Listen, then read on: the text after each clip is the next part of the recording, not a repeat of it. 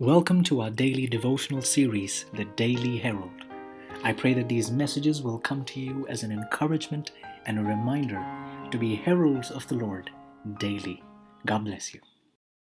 Conqueror, February 19. Jesus answered and said to them, "Destroy this temple, and in 3 days I will raise it up." John 2:19.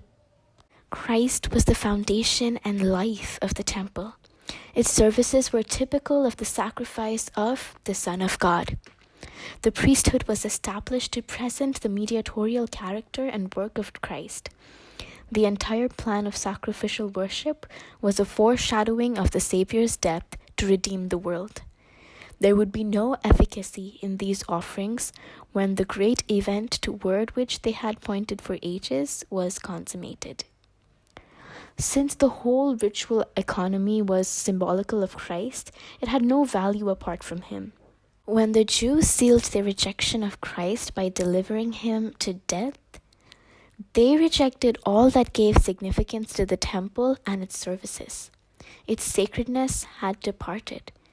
It was doomed to destruction. From that day, the sacrificial offerings and the service connected with them were meaningless. Like the offering of Cain, they did not express faith in the Savior.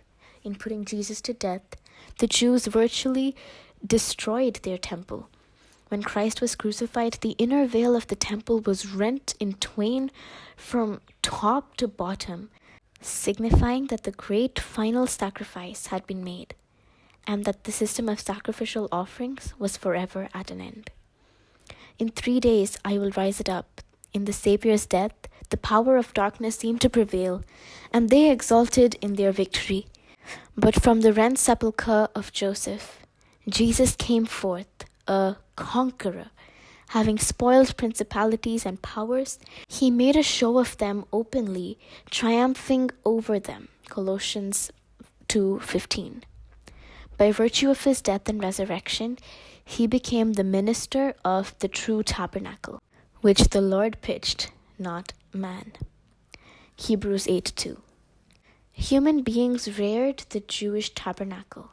Humans built the Jewish temple, but the sanctuary above, of which the earthly was a type, was built by no human architect.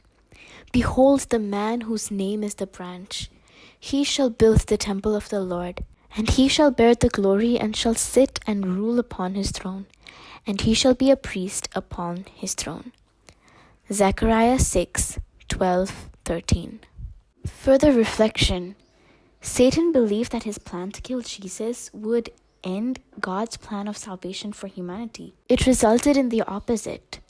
Now, has God used moments of suffering to bring about even greater blessings in my life?